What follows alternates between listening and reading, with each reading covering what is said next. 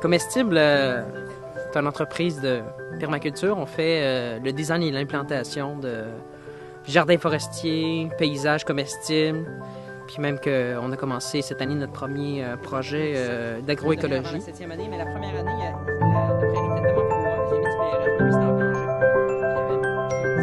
danger. Ce que nous, on fait, c'est qu'on allie foresterie, agroécologie, puis le paysagement en même temps. Donc, on aménage le territoire pour obtenir une récolte comme dans l'agricole, avec des arbres comme dans les foresteries, puis en faisant du paysagement comme on voit habituellement là, sur le bord des maisons. Donc, ça peut être aussi très esthétique, finalement.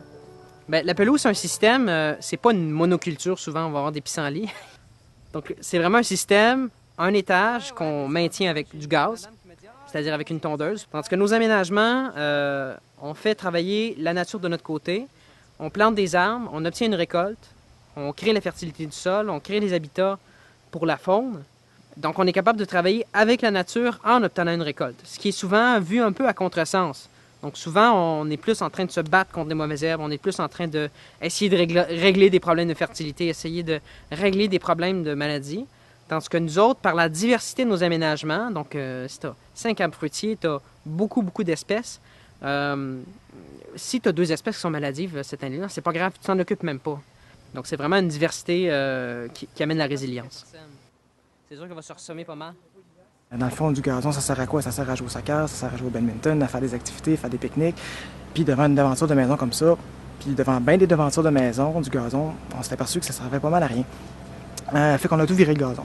Le résultat, c'est qu'on a un aménagement qui, non seulement nous donne des fines herbes, des légumes, des fruits, des plantes médicinales aussi, mais qui est facile d'entretien. Tondre la pelouse une fois par semaine, ça demande du temps. Tandis que ça, ici, bon, je fais du sarclage une fois par mois. Puis, bon, aussi, les autres activités que je pratique, c'est de la cueillette. Pour aller cueillir mes fines herbes, cueillir mes légumes, les fruits, etc.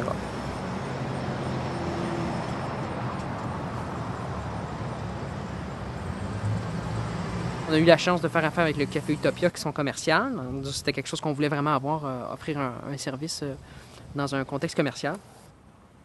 L'objectif principal du projet ici, c'est d'avoir un maximum de végétation, un maximum de fertilité finalement, d'avoir un écran éventuellement très dense de la rue, un peu pour faire une espèce d'enclave végétale pour le restaurant puis la terrasse du restaurant. Ici, on a la monarde, qui est une fleur indigène du Canada. C'est un feuillage qui est très intéressant au niveau aromatique. Ça fait une senteur qui rappelle beaucoup le thym. Puis, les pétales de la fleur sont comestibles. C'est très sucré, c'est un peu comme des bonbons. Il suffit de le dire aux enfants, puis je suis pas mal certain qu'à la place de manger des bonbons dépanneurs, ils vont manger des pétales de monarde. En sous-étage, on a du trèfle qui va faire un couvre-sol, qui empêche aussi le retour de choses qu'on veut un peu moins, par exemple de l'herbe, par exemple du gazon. On a du baptisia qui fait une belle floraison, qui attire les insectes pollinisateurs, encore amorpha, très performant. Ça va devenir beaucoup plus gros, ça peut grimper jusqu'à 9 pieds. Ici, on a l'achillée millefeuille.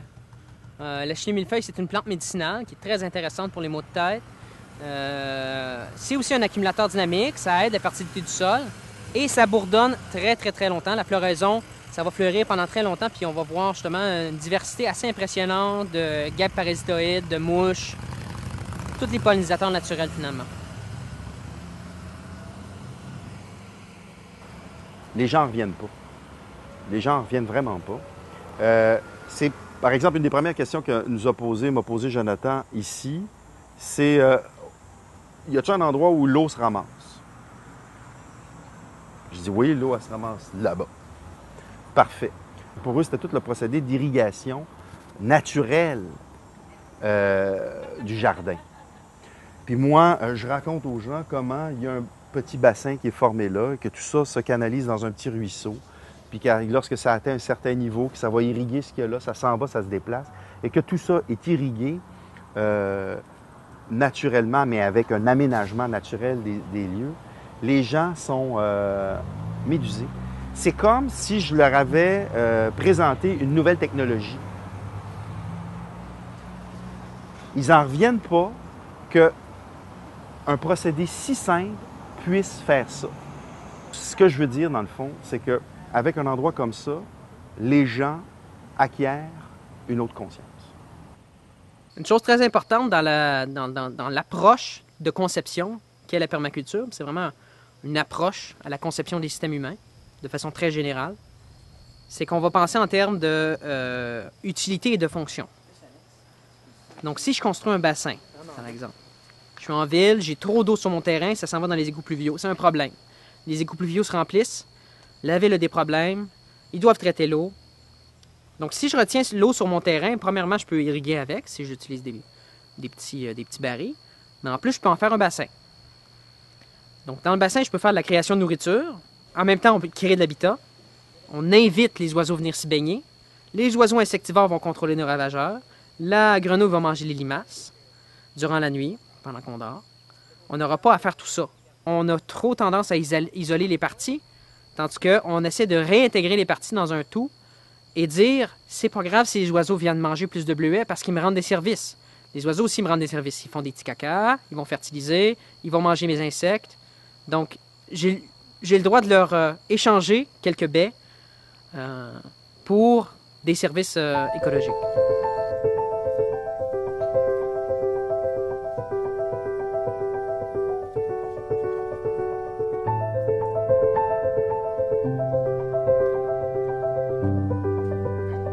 J'espère au fond de mon cœur que ces courants sensés-là, l'agroécologie, le carbon farming, la permaculture à grande échelle, la permaculture au niveau résidentiel, j'espère que toutes ces solutions-là vont pouvoir percer, sortir du mouvement des connaissants, puis aller chez monsieur, madame, tout le monde comme étant la norme éventuellement.